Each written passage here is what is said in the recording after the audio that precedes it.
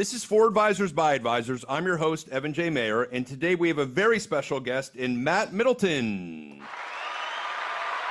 Oh, I like the sound effects. Look at this. Yeah.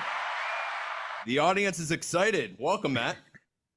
Thanks for threw me off already. I appreciate it, Evan. That's the goal. Excited to be here. That's the goal. Matt is the founder and CEO of FutureProof. FutureProof launched in 2021. It's now the largest attending financial advisor conference.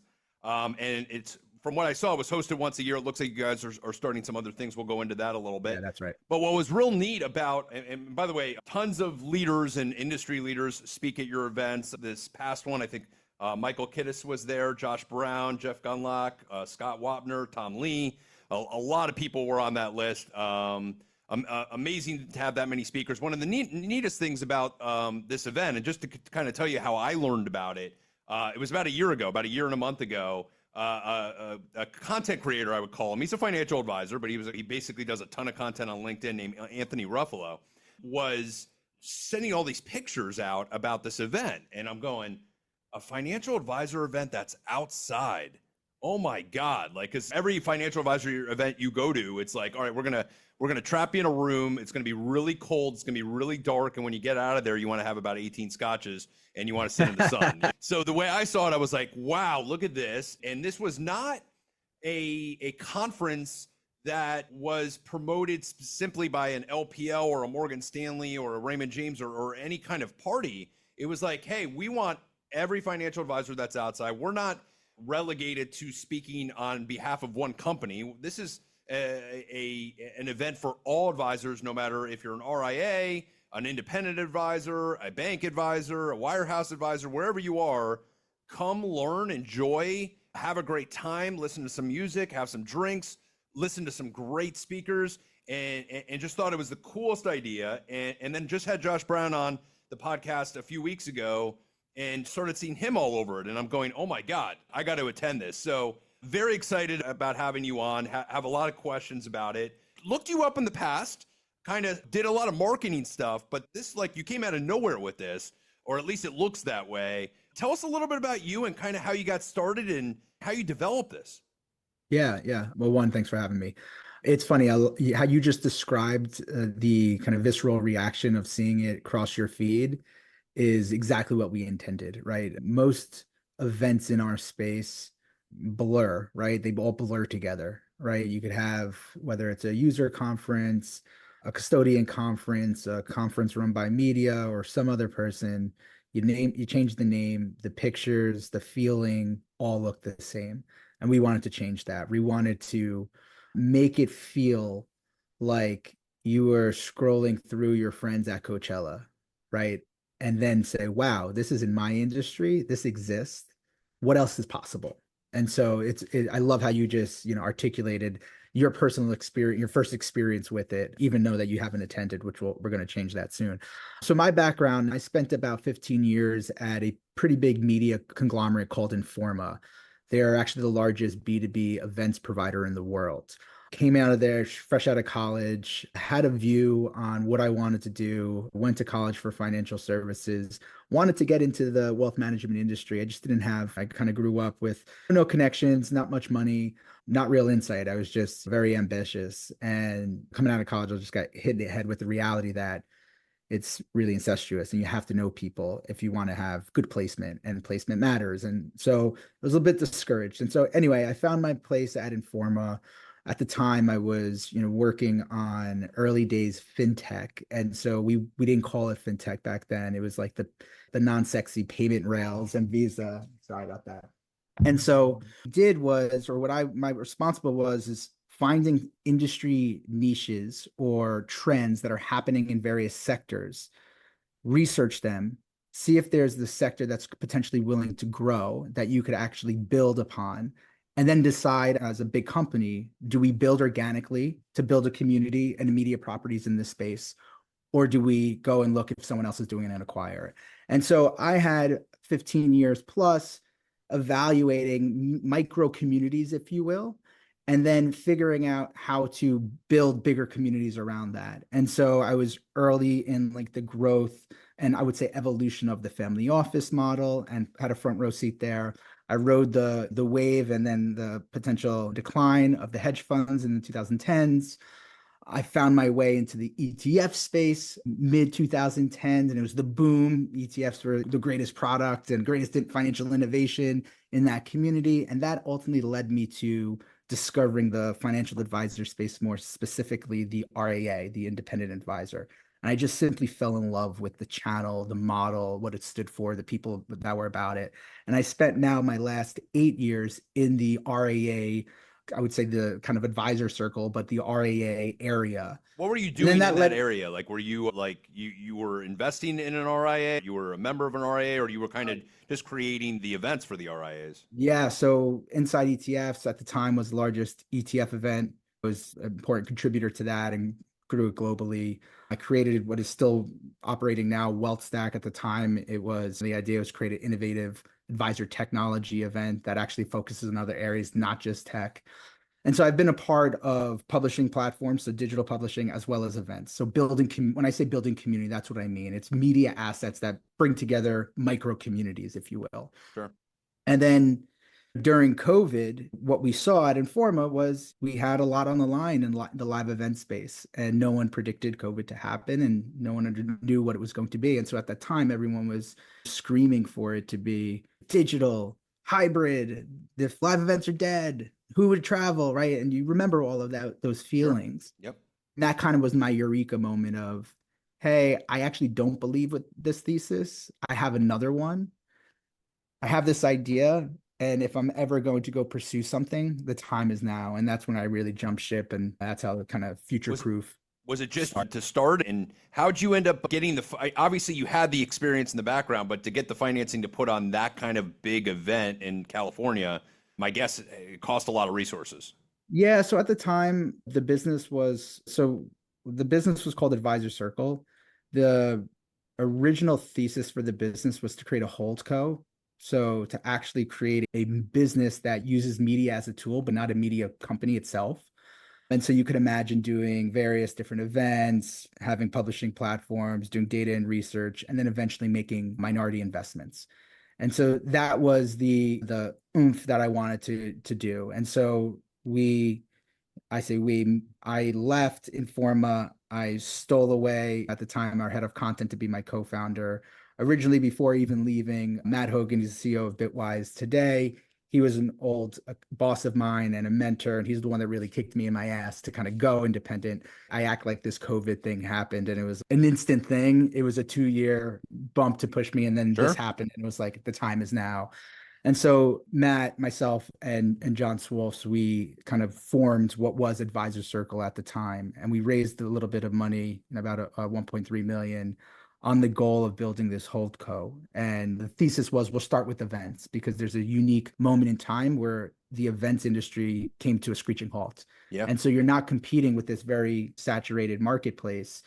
Everyone is getting looked at from a budget and time valuation as if they're fresh, whether you're Schwab Impact with a rich history or you're a newcomer.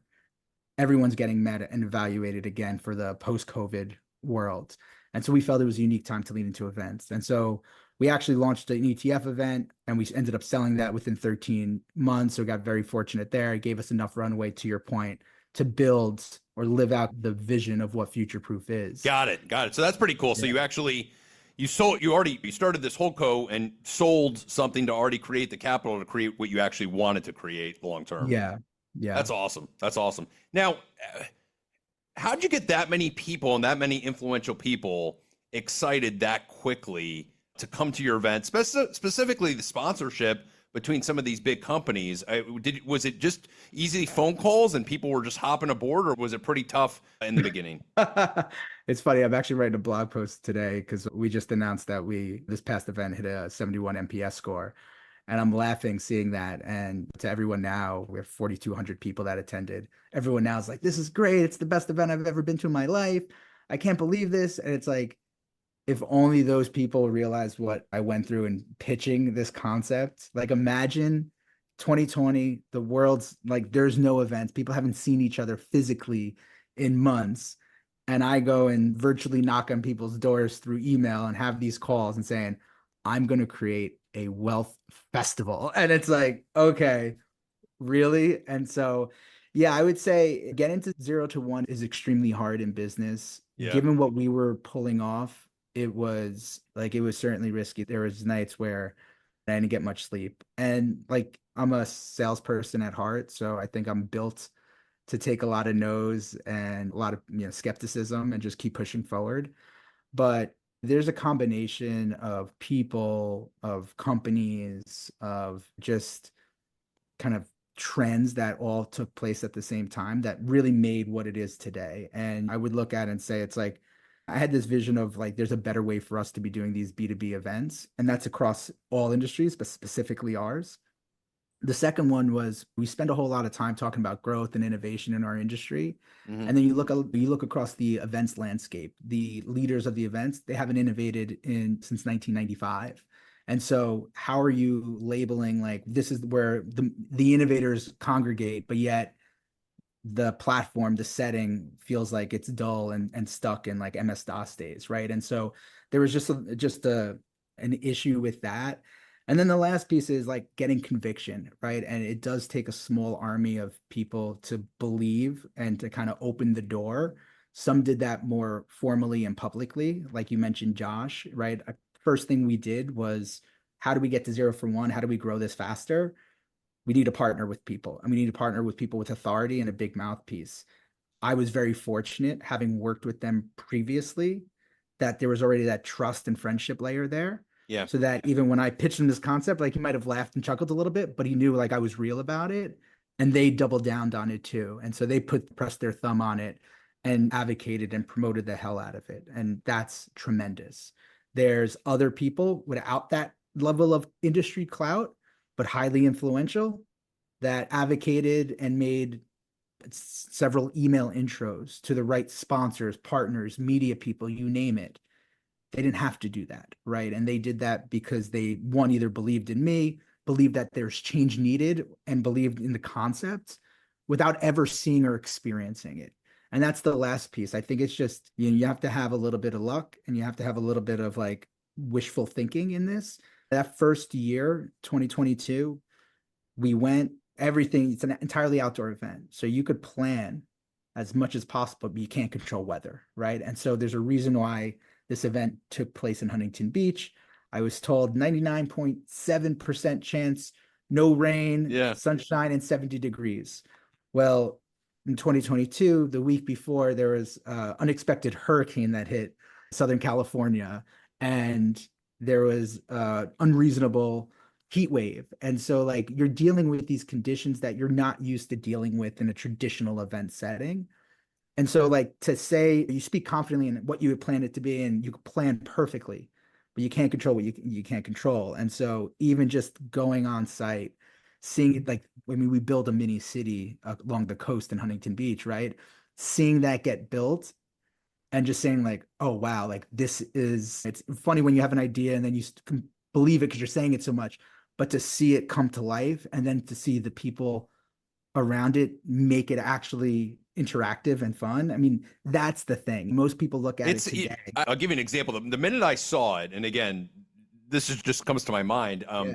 The visuals of the colors, it's almost like it's financial services on mushrooms in a way. Never heard that one before, but that's a good one. It's kind of how I would envision it, of like you're in California, everybody's wearing t-shirts or whatever they want to wear. It's not, you don't have these, eventually you'll change the name, you still have the name tags, but eventually that'll change in some capacity, maybe a wristband or something, where you feel like you're at a concert in a lot of ways. And I haven't been, I'm excited to go. I'm definitely going next year. And it will really be a concept of like, at least that's what it looks like. And so as a financial advisor going, not only will I learn a lot and I will get to listen to some phenomenal speakers, but I'm going to have fun while I'm learning. And I think that for me as an advisor in this business, getting invited to like due diligence conferences and all that, and then obviously regulation kind of changed that landscape and lowered that funness a little bit. You're bringing it back in a way. Yeah, I think it's an interesting observation because I think that's what most people see it at first glance, and it's obvious, right? We like when you think about how to stand out, you think about marketing, like it's my space, right? So you call it a festival of a conference, shock and awe. Yep. Whether you like believe what it's going to be or you laugh at it, you're still talking about it. Sure. Our industry's riddled with every shade of blue possible. Let's go pink and orange, right? Let's show diversity, but not just talk about it, but let's show it, not just on stage, but in everything we do. Diversity of thought, diversity of interests, of hobbies, etc. So most people see like the words that come out are like, oh, it's a fun event. It's a cool event. That's interesting. But really the goal is it's a celebration of a very diverse industry that has been bottled up for decades. And if you look and talk to people in our space that manage clients of all different types, they're some of the most interesting people in the world, but yet they were trained as a professional to talk this way, to walk this way, look this way, use these words, talk to clients that way. But yet when you start to think about who are some of your best clients, right? And I go on all the time and say this, like, if you look at it truly, who are some of your best clients? It's not like the clients that deliver the most amount of revenue to you. It's the people that you have connections with. Sure. And so how do you organically create more connections in a B2B professional setting? You do it by connecting at the person, like their hobbies, their interests, their lifestyle. It's why we have food trucks and a whole array of different types of food. It's why we have different music running all throughout the conference. It's why we infuse it with art. It's not so we could say, oh, that event's cool. That's optically, that's what it appears to be. But everything is intentional because we want to be the number one networking platform for our industry because we feel the lag in our growth as an industry and then to the outside eye is the lack of trust and understanding. And it's because we're taught to be a certain way. And so we're trying to break up the silo, the overly structured or unintentionality of it all to really get to the core element, which is at the end of the day, it's a relationship business and we're dealing with people and very emotional people with their money. And so how do we break that? And then if we could do that for long enough and it gets big enough and we get enough attention, that's their user-generated content, national media, well, then maybe we have a shot at helping to change the optics of what people believe wealth management to be, wealth managers to be, which we all look at the stats and we all pontificated about it on LinkedIn. Their wealth managers are trusted less than used car salesmen, blah, blah, blah. And we all talk about it. Every year that same survey comes out. Well, what are we doing to change it? Yeah. So our view is if, to your point, how you first interacted with it, you scroll, scroll, scroll. If you imagine not being in the industry, imagine being owning a creative agency and just selling that. And now looking for like, what do I do with my money? How do I manage this? I'm a mid-30s woman in California. I just have a young kid. I have a lot of responsibility. Also now have a decent amount of money. How do I do? Who do I go to? Well, I was taught that wealth managers just take this percentage and do nothing because that's like the optics. But yet I'm better off having wealth management services than not.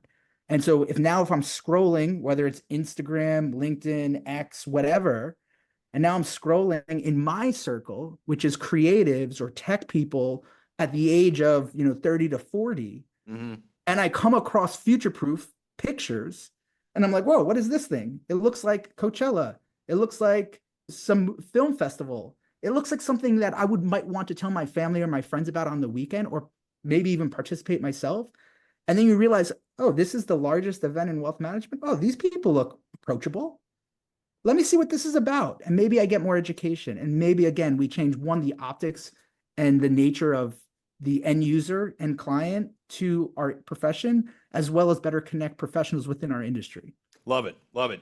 Few questions for you. My guess is if I'm a big firm, an LPL, Morgan Stanley, whatever, I'm looking at this event and going, why is this event not our event? Like, I would be approaching you in a second going, Matt, like, I want to buy you or I want to make this exclusive to us.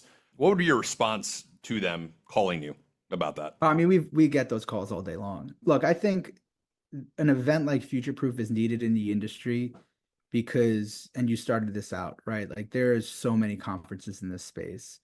Everyone is selling you something, right? A conference is really a marketing strategy for most of the big companies, right? So some of the more successful ones that we know in the wealth management space, they're all put on by, again, custodial services, mutual funds, ETF companies. Yes, the list goes on. Yeah. Nothing wrong with them. They're great events. Yep. But you start to question who's on stage and why. Yep. what am I learning and why? Who's here and why? Is this actually helping my business or is this helping me retain as a client? Again, nothing wrong with it. And so when we looked at it, is part of the reason one of our biggest kind of pitches is we have a no pay to play content model. People are like, oh, that sounds cool. What does that mean? And it's like most people, like the dirty little secret in the events industry is most of these events are run, right? They're expensive to run. They're run by sponsorship dollars that are fed by product providers to get stage time. Well, they're 100%. You go to an event and you go, how many wholesalers are going to attack me at this event to offer their products and services? But not even that, even on stage. There's a reason why some of the biggest innovators and disruptors in the eyes of media are from some of the biggest firms. It's because they have the biggest marketing budgets. Sure. I'm not saying that there's not merit there, but it's questionable. And so what we wanted to do is not be beholden to anyone. And so we decided that we're going to run a complete true editorial process, right? You could sponsor the event. We have a whole host of things you could do. Branding everywhere, access here. You could provide services, host parties, do meetings, whatever the case may be. Our goal is for you to get business done at these events, no doubt. But what you can't do is say, I have $50,000 and I want to speak about alternative investments.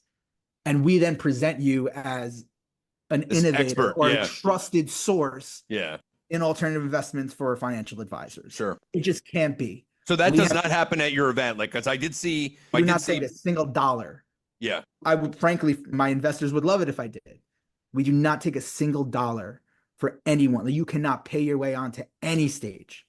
Excellent. We do allow sponsors to take space up and get innovative, like do live podcasts, do fireside chats with their executives, and people want to gravitate to your dedicated space and interact through a thought leadership perspective. Hell yeah. Awesome. Sure. Do it. Yeah. But we're not going to say our stage is bought and sold. Now, you've met tons of financial advisors, especially in the last 3 years of hosting this event. You don't know if somebody's coming to you and they're a great financial advisor or not a great financial advisor. Yeah. But you've definitely learned from some great financial advisors in your past. What do you see the biggest difference between very successful, great financial advisors and advisors that are kind of stuck in their own way? I think the biggest thing that I've seen is that you just said it perfectly. They're great financial advisors. Well, define what that means, because there's great financial advisors actually like good at managing clients. Mm-hmm. Then there's great financial advisor firm operators. And I think we conflate the two all the time. Sure. And so if we talk about the REA space specifically, many of the attendees that we get are kind of in both of those roles, right? They're fast-growing firms. They started maybe small. They are very savvy in building their client base. And now they're at like that inflection point where it's, I have to decide, do I remain close to clients or do I grow a large business? Sure. And those are two different skill sets that are needed. So when you think about like the financial advisor aspect, I think the folks that are really leaning into the behavioral side and what we call like comprehensive wealth management and financial planning and defining what that is for them and the offering they have, and not just because I see my competitor saying these words on their website that I'm going to throw it into my website, but actually building the infrastructure or finding the partnerships to deliver that. I think those are exceptional financial advisors, because I think I look at it from a client standpoint, right? Because I can't speak from a financial professional status. So as a client, I would want a frictionless experience managing every aspect of my financial life, right? Someone that I could constantly talk to and will serve as a coach or a mentor. And maybe an actual fiduciary, not just saying you're a fiduciary too, is important. When you look at the landscape of the advisors that were at the event this year, what percentage of them are RIAs? What percentage is this mostly RIAs that are coming? Is it, are you seeing independent advisors showing up? Are you seeing the wirehouses may restrict some of their advisors or bank channel advisors from going? What breakdown are you kind of seeing there? Yeah, it's interesting. I think year one was We build it as across wealth management, but it was certainly, I would say it's probably closer to 95% RAA. And naturally so. I mean, optics, the name conventions, everything would lead to had to be like independent small business. Over time, we've evolved. And so you saw a lot of like IBD reps and professionals within independent broker dealer firms, and even now more so broker dealers. So I think that view that you just pointed out to with like, oh, we almost forbid our affiliated partners or reps to go to events like this.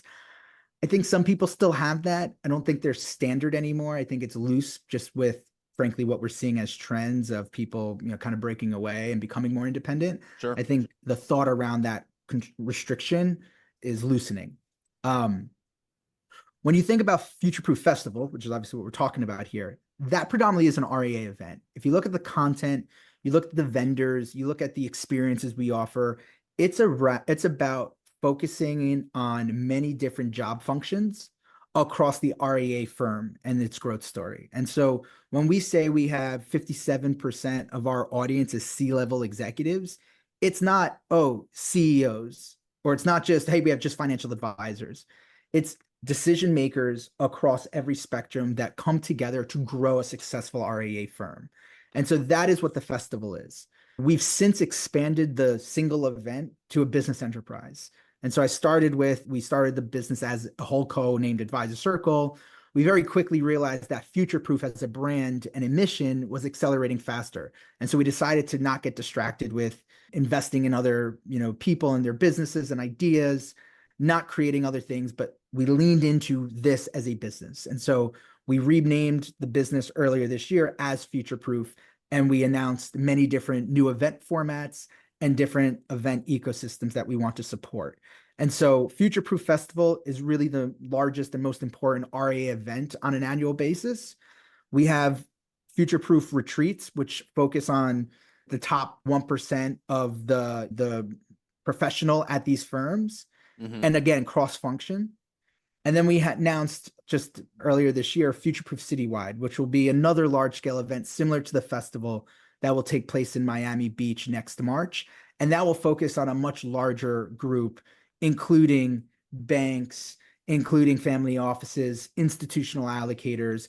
There'll be many different flavors, several different stages, bringing together an ecosystem that frankly hasn't existed under one event roof before. And this goes to our belief that in 10 years' time, our industry is going to be less fragmented. And whether you're a vendor or you're an allocator or an intermediary, you're going to start to have cross partnerships to scale your business in more creative ways than we ever could have imagined 10 years ago. And we are building Future Proof Citywide to be the home for that community. Excellent. So just full disclosure too, I do come from the independent side. I was in a bank channel, and you can't do 100% fee-based in a bank channel. And when I went independent, it was actually a scary move because some of the stuff, specifically, I think dependent upon what division in our field you're in, things sound scary, right? So an RIA sounds scary to an independent broker. An independent broker seems scary to a wirehouse, seems scary to a bank advisor, so on and so forth. So I think a lot of what's neat about your event is that it isn't focused on keeping the advisor at the firm they're at, or at the BD they're at, or even at the RIA that they're at. Basically, you can learn how to start your business. You can learn the back office operations. You can see what softwares are out there and what maybe is the next iteration of your career path. You may go, oh, that makes a lot of sense for me to do that, or where I am right now actually makes the most sense for me. Would you agree?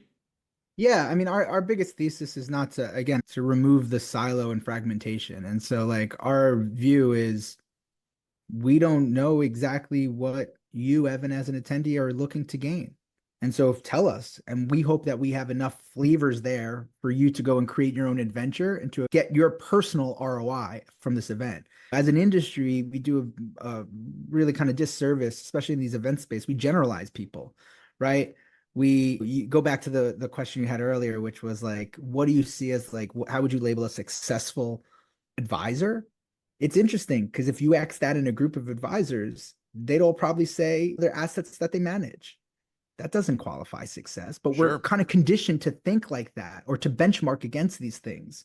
And so for us with Future Proof, we were intentional about like not generalizing, because even if you look on paper at a firm that an individual there is representing, and you have the same job title, the same firm size, the same number of employees, et cetera, et cetera, the reality is that firm is very different from the next firm. Sure. And so instead of generalizing, why don't you give a vast array of opportunity through content, experience, and if you get a diverse enough audience across the ecosystem at the event, the best part about the event is going to be networking with each other. It's not going to be what we put on stage or what we tell you should be doing or what you shouldn't be doing based on your current role today. Which I saw that, by the way. It looks like you guys have roundtables set up, and that was something you were pretty proud of. And I don't know if you had that last year or that evolved. Tell us a little bit about that. Yeah, so our breakthrough networking programs is really designed to better connect the industry. And you could do that through one-to-one meetings. So we produced in its second year. So we introduced this concept last year. In its second year, we delivered over 32,000 pre-scheduled one-to-one meetings across so many different use cases, right? Not just vendor to advisor. A lot of it is advisor to advisor for the very reason you just discussed. Like, I'm thinking going independent, or hey, I'm looking to recruit people, or hey, like I want to make sure like what I'm doing is actually good. Like there's exposure to other people doing the work. Sure. And so 32,000 plus meetings. We introduced another program, which is called Breakthrough Talks program, which is what you were just talking about, the roundtables. And that is like, hey, look, we could get some of the biggest thought leaders in the space to cover a particular topic. But the truth is, everyone at this event has something to say, has their own experience. And so why don't you make everyone thought leaders? And so the old traditional roundtable discussion, right? It's been around for years. What we do is we use technology, we validate data, we ask intentional questions upon registration and participation to understand who that individual is as a person, what the firm they are that they represent, and what's their intent, what's their interest in coming, what are they looking to learn, what do they have experience in? And we ask a series of questions. We basically collect around 120 data points on every single attendee that comes to Future Proof. And most people will like lean in like data for data's sake. And like, we don't believe that. Like, how is that data actionable? And so for us, it's roundtables are great. Everyone does it in events. The problem with roundtables in a traditional sense is you might opt in your interest and sit at a table based on a topic, right? And then you're sat there, you don't know who's to the left or who's to the right. You're then usually a passive participant in it because someone's talking at you for 45 minutes over lunch. Sure. And like, there's nothing wrong with that, but it's not as effective. And so what we decided to do is let's modernize this roundtable format. Let's place people based on tables based on who they are and where they are in their career and what their needs are. And so what we did was we had 12 themes that are topics, right? Large, broad-based themes. Like, how is AI going to transform wealth management as an example, right? How do you define growth in your firm? Another example. And then we had over 166 tables consisting of 9 to 10 people at each table running simultaneously around 12 to 13 different topics.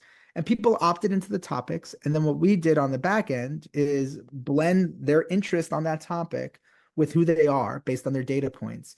And then we placed individuals at the same table as peers that are closely related to them. And so that conversation around that topic is going to be the most useful for them in their career or their needs given that year versus, yeah, I was interested in AI and wealth management, but the person next to me was 20 years my senior and the person next to me didn't even know what AI was, right? And so it wasn't that useful for me. So it's just subtle tweaks to create a much better experience. And so that's kind of the focus, is how do we connect people more uniquely so that they can get more out of each other based on traveling to this event versus us trying to act like beating our chest from the stage and trying to act like we have the biggest mouthpiece in the industry. Like, no, we don't know everything and we don't claim to know everything, and our speakers don't either. Everyone collectively will learn together and push this thing forward. That's very neat and conceptually different, because any other firm would be focusing on the firm's goals as far as these roundtables are concerned, and there would be thoughts along that way. On a negative stand front, are you getting any pushback? Now, when I say pushback, meaning there's a lot of RIAs going there, big majority, but obviously looking at this kind of festival compliance people are always saying no before they say yes, right? So you're entering this whole different phase of fun, which FINRA kind of took away a little bit, which is probably why the RIA space is a lot better of a space to be in potentially anyway. But the concept of, are you getting like advisors that would want to go? Are you getting any feedback from advisors that would want to go that are being told they can't go based upon firms? Are you seeing all No, kinds of firms there? yeah, we're seeing, I mean, to give you an example, we have 270 Canadian advisors that come now each year. We had 75 Australian advisors. So like, yes, I understand compliance and regulation in the US, but like, I think it transcends really restrictions and constraints. And I think in year one, optically, yeah, I can't get approval to go to a festival as a business expense. Sure, we heard stuff like that. Yeah. We heard it from both sides, the advisory channel side, as well as vendors. Hey, we can't place our brand is more institutional focused. We can't place our brand there. And then they woke up and realized that, oh, wow, well, if we want to continue to serve a multi-generational audience and be a modern firm that's going to be a leader in the next 10 to 20 years, maybe we have to open our aperture a bit.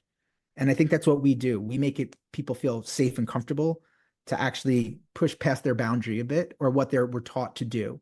Now, of course, everything has to be compliant. This is not, it's not a booze fest, it's not a boondoggle by any, it's the most productive event you will go to. Oh, right? sure. Yeah. People go there.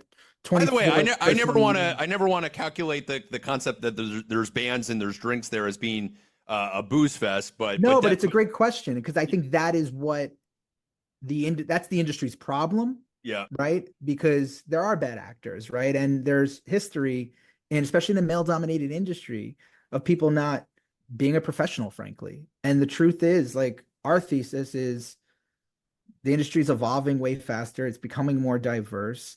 It's becoming younger. Right. We don't want to look at that. We're saying, oh, the average age of a financial advisor is 58. There's a lot of youthful people coming into the profession with different views, tech first, social media savvy, finding different ways to grow their businesses. It's not, if we just keep talking about how the folks built it in 1990 and early 2000s, well, we're going to be, laughing at while the next channel kind of passes us by. All right. The next innovation passes us by. And so our view with the name Future Proof is to kind of have you think about what is ahead, where am I best positioned for that? And we just place here's a whole bunch of different trends. So like, yeah, optically fun, creative, exciting. That's all just a feeling.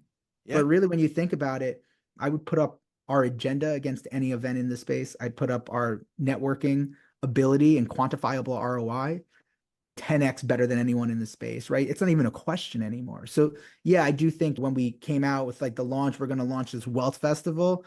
Yeah, I told you it was right. It was post-COVID. It was the meme craze. Bitcoin was up and it was like, oh, just another thing. Yeah, we got labeled in there for sure. We had some naysayers, but now it's like you're living under a rock if you haven't heard about Future Proof. I actually agree, and it's super exciting to see, and I'm excited to come next year. And anybody can go. I guess, can you give a little 60-second elevator pitch on kind of the concept of who can go and why you should go and all that good stuff? Yeah, so we make it super convenient for people at all phases of their career to go. So one, you have to be a financial professional, right? It's a B2B, it's a professional conference. From there, we have about 8 different ticket types across the entire ecosystem. Really, the way to think about it is if you're coming there to kind of further your business and do networking and make partnerships, you have a hosted program where it's a help subsidize your cost, and in agreement, you do meetings with people you want to do meetings with. Vendors are happy. We align incentives, and the wealth managers, wealth professionals, etc., get a subsidized experience. Win on for everyone. If you don't want to do that and say, hey, I just want to go and experience it myself, we have very cost-effective tickets for people to go there. When you think about who's it for, I would say what we've started as is like we had a lot of financial advisors naturally coming, and it's since shift. And we really call it like wealth management executives. And what I mean by that is we're starting to see multiple different executives from one single firm attend together. And it's really interesting because they're coming as a potential recruitment opportunity. They're coming as a team building opportunity and to advance. And so that they could actually have almost a quasi offsite while at one of the biggest industry events. And that, I think, is really special that, frankly, we didn't try to create. It just started to happen that way. And so with that, if you look at the content, you look at the types of people that are there, the vendors that are offering services, whether you're in an executive and strategy function, whether you're a practicing advisor, whether you're in marketing or operations, compliance, right, whatever the case may be, there is people there for you, there's content there for you, and there is certainly no shortage of fun and entertainment there for you. And so that's kind of how we build it.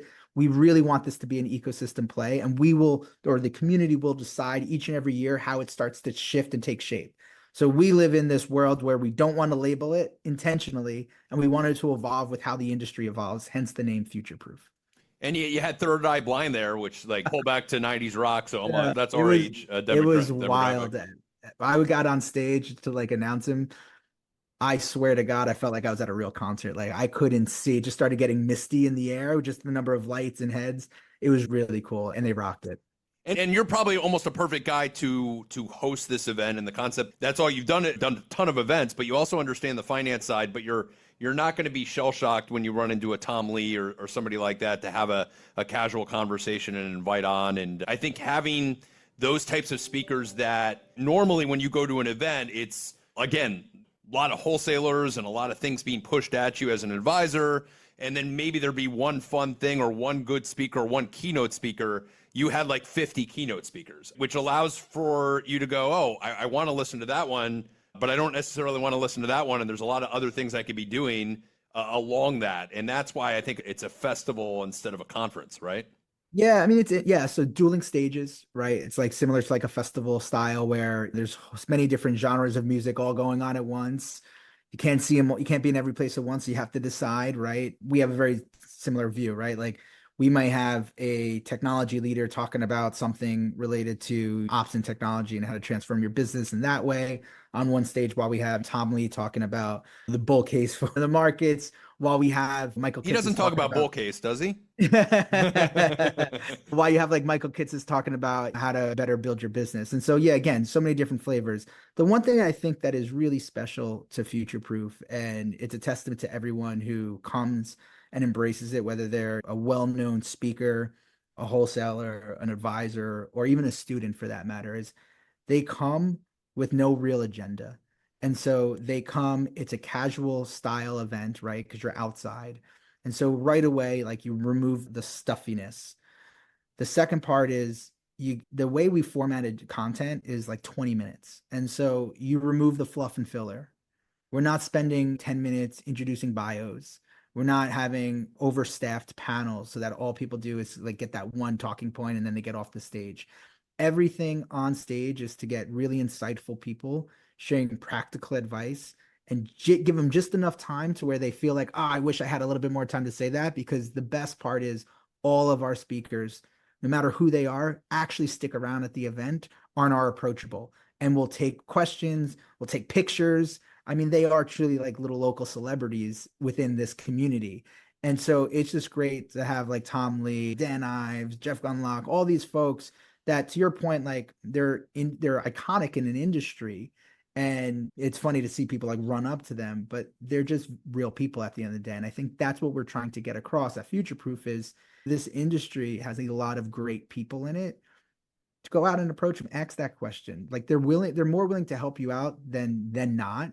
But again, we're conditioned to think it's zero sum and it's very cutthroat, and it's just not the case. And they probably enjoy that their 15 minutes of fame and concept that everybody knows who they are at these events. One of the things I think I'm going to take away from this conversation is I love the idea that it's a team offsite meeting taking place with a bunch of other team offsite meetings. And the cool concept of that is where I may want to go listen to Tom Lee, somebody on my team may want to go listen about the back office operation or something that maybe doesn't interest me. And instead of sitting there and going, oh, well, these are breakout sessions, I won't see you for 4 hours. I'll see you in 20, 25 minutes and we'll reconvene over here. Yeah. And I think that keeps things moving, keeps things exciting, and gives us the takebacks that we want to take from that event without overwhelming us. Because many times you go to those events and like you said, you're sitting there and you're a little overwhelmed by the end of the day. You just want to nap. At yours, you just want to keep going. And I think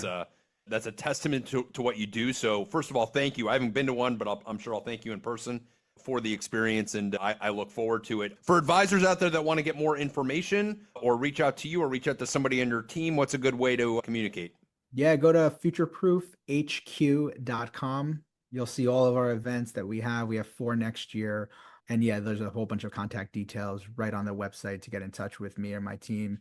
Find me on LinkedIn. That's how we connected here. Sure. Very approachable. Would love to see as many people as possible at our events. Those four are all outside, or some are inside, some are outside? Because I'm guessing as you explore, you're going to have to do some inside ones too.